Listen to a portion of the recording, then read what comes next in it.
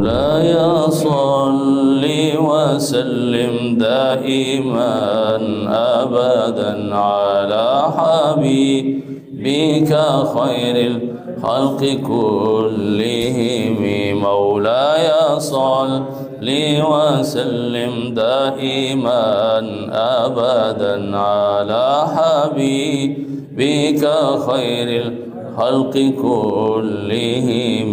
هو الحبيب الذي ترجى شفاعته، هو الحبيب الذي ترجى شفاعته لكل هول من الأهوال مقتحم.